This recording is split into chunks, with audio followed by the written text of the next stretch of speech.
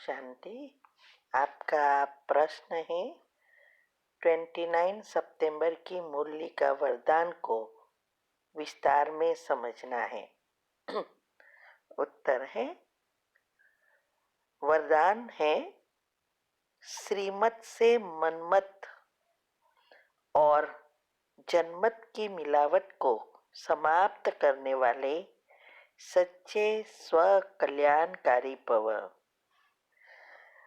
बाबा मना परमात्मा आज हमें ये समझा रहे हैं कि स्व कल्याण करने के लिए श्रीमत में मनमत या जनमत मिक्स नहीं होनी चाहिए।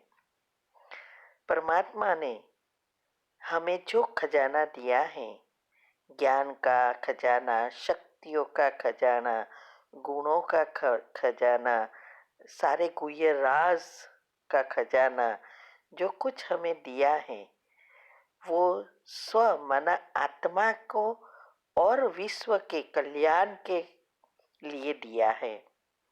आत्मा को श्रेष्ठ बनाने और भाग्य को श्रेष्ठ बनाने के लिए दिया है। जब हम आत्मा को श्रेष्ठ बनाते हैं तब हम विश्व को भी श्रेष्ठ बनाकर कल्याण कर सकते हैं। लेकिन हम दुनियावी चीजों के व्यर्थ में और लौकिक में लगाते हैं, तो कभी कभी श्रीमत में हमारी मन की मत व लोगों की मत मिक्स हो जाती है, क्योंकि हमारी बुद्धि की लाइन क्लियर नहीं होती है। जब तक सकारात्मक नहीं बनते तब तक योग नहीं लगाते, मना योग नहीं लगता। सबकॉन्शियस माइंड की पुरानी जो मान्यताएं हैं या संस्कार है वो नहीं बदलते, तब तक बुद्धि शुद्ध पवित्र नहीं बन सकती। इसीलिए परख नहीं सकते कि ये श्रीमत है या मनमत है या जनमत है। इसीलिए भगवान की जो श्रीमत है उसमें वो अमानत है और हम उसमें अमानत में खयानत मिक्स करते हैं। इसीलिए जब तक हम उसे समाप्त नहीं करते तब तक रूहानियत नहीं आती, दया भाव नहीं आता, तब तक न हमारा कल्याण होता न विश्व का। हमें पहले अपने ऊपर रहम माना दया भाव रखना है। जो ये खजाना श्रेष्ठ खजाना मिला है, जो बाबा हमें दे रहा है, तो उसको जीवन में प्रैक्टिकल खुद को करना है, खुद आत्मा का कल्याण करना है। इसके लिए आत्मिक स्मृति में रहना बहुत जरूरी है। रोज चेक एंड चेंज करना है। सिर्फ मैं और मेरा बाबा, ये स्मृति बनाकर अवस्था बनाती है। तो रहम दिल बनने का अर्थ ही यह है कि हमें अपने अंदर की सारी बुराइयां निकालनी है, उसके लिए मेहनत करनी है, पुरुषार्थ करना है।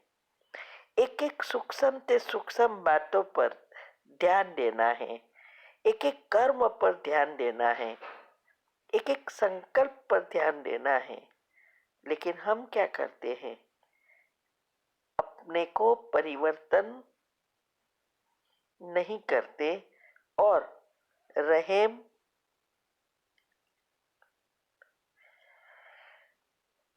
दिल बनने की बजाय हम और ही पाप कर्म बनाते रहते हैं। कई तो समझते हैं हमें विश्व का कल्याण करना है और विश्व का कल्याण करने के में लग जाते हैं, लेकिन खुद का तो कल्याण किया ही नहीं है, खुद को परिवर्तन नहीं किया है। तो ये भी कभी कभी डिससर्विस कर देते हैं। कईयों तो चैनल खोल देते हैं, फिर कईयों को सिर्फ फॉरवर्ड करते रहने में ही होशियार है। अभी तक पुराने पाप कर्म तो भस्म नहीं हुए और सूक्ष्म पाप बनाते रहते हैं। मुझे तो ये समझ में नहीं आता कि ये सब टाइम बर्बाद करने का कहाँ से मिलता है। सिर्फ फॉरवर्ड करने से या यूट्यूब पर दूसरों की बातें रखने से सेवा नहीं हो जाती जब तक हम खुद को नहीं बदलते। तो जो तीव्र पुरुषार्थ करने वाले हैं उसे तो एक एक सेकंड नहीं मिलती वेस्ट करने के लिए। खुद का करते हैं, औरों का भी कराते हैं। माना जो खुद टाइम वेस्ट करते हैं वो खुद का तो टाइम वेस्ट करते हैं, लेकिन औरों का भी टाइम वेस्ट कराते हैं। और तो जरा सोचो, पुण्य के बदले पाप ही बढ़ा देते हैं तो क्या होगा। इसीलिए बाबा कहते हैं अपने ऊपर रहम करो।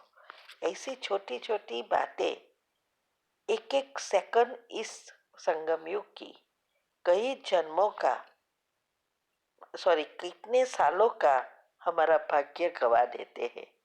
ऊपर से हम जो भी हमारी चीजें पढ़ने में या सुनने में समय जाता है दूसरी आत्माओं का, वो भी हमारे ऊपर ही बोझ चढ़ता है। उसके संकल्प चलते हैं उसके बारे में तो भी हमारा ही बोझ चढ़ता है। तो बाबा यही कहने चाहते हैं कभी ये सब बातें समाप्त करो और पुरुषार्थ को तीव्र बनाकर उच्च पद के लायक बनो। ओम शांति। आपका प्रश्न है,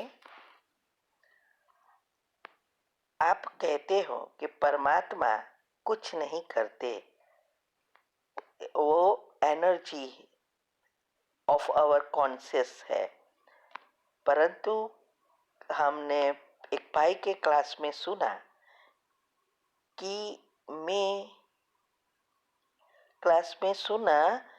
कि अंतिम समय भी कई बोले मेरा बाबा, तो बाबा भी बंधन में होता है आने के लिए। तो प्लीज क्लैरिफाई। उत्तर है, देखो ये एनर्जी है, लेकिन वही एनर्जी सारे विश्व को परिवर्तन कर रही है ना। तो बाबा कहने से उसकी शक्तियां आना शुरू हो जाती है, लेकिन सिर्फ कहने से कुछ नहीं होता है।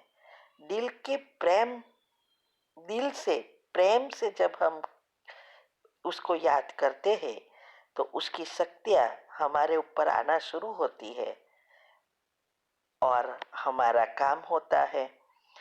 तो ये सब सारा साइंटिफिक है और इसके लिए आप कुंडलिनी चक्र और हेल्थ एंड माइंड के टॉपिक सुनो और सेमिनार रखे हैं यूट्यूब पर, वो सुनो कि कैसे ये होता है और कैसे वो आते हैं।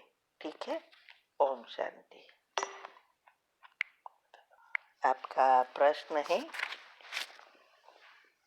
मैं बहुत परेशान हूँ।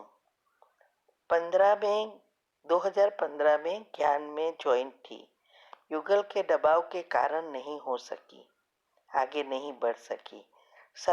2017 में को फिर टाइम पोटामेल, अमृतवेला, योग, नुमासाम, योग सेंटर पे जाना सब कुछ रोक दिया। उसमें मारपीट भी होता था।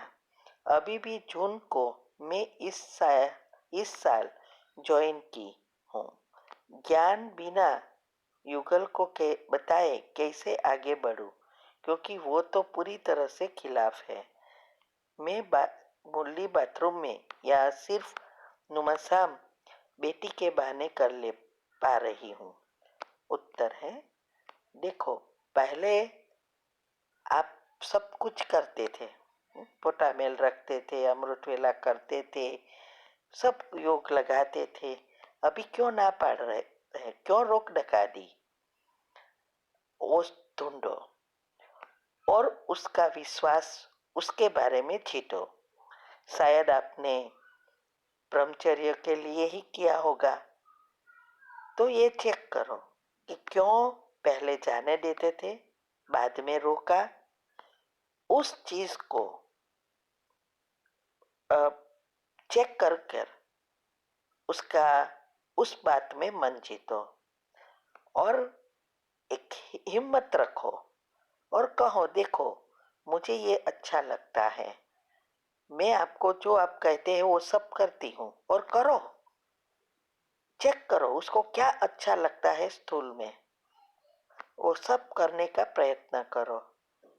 कोई भी झगड़ा वगैरह होता है तो उसमें चुप रहने का, अपने आप को परिवर्तन करके दिखाओ, और फिर जब आपको देखेंगे आप परिवर्तन हो गए हैं, तो वो कुछ नहीं बोलेगा। और वो बात जो भी आपको ये रुकावट लाई, उसको फिर से अच्छी करनी पड़ेगी, उसका दिल जीतना पड़ेगा, फिर वो आप जो कहे वो करेगा। और ब्रह्मचर्य के कोई भी बात है, कोई भी धारणा है, ओपनली नहीं कहनी है या करनी है, युक्ति युक्त शुरू करना है। एक एक चीज साथ लेकर करनी है, हर चीज एक साथ नहीं करनी है। इसीलिए हमने यूट्यूब पर भी रखा है बांडेली का क्लास एक, और ऑडियो तीव्र पुरुषार्थ ग्रुप में आती है, 13 ऑडियो है एक के एक धारणा के लिए। वो सब सुनो और प्रैक्टिकल करो। हमारे लाइफ में भी ये सब आया है, और सभी पुरुषार्थ में जो अकेली माताएं चलती है, सबको ये प्रॉब्लम आया है। तो ये आपको करना पड़ेगा तब, और आपको उसका सहयोग मिलेगा। योग तो लगाना ही पड़ेगा ना, तो योग जब लगाएंगे तब आप उसको सकाश दे पाएंगे, क्योंकि सकाश तो देना ही पड़ेगा।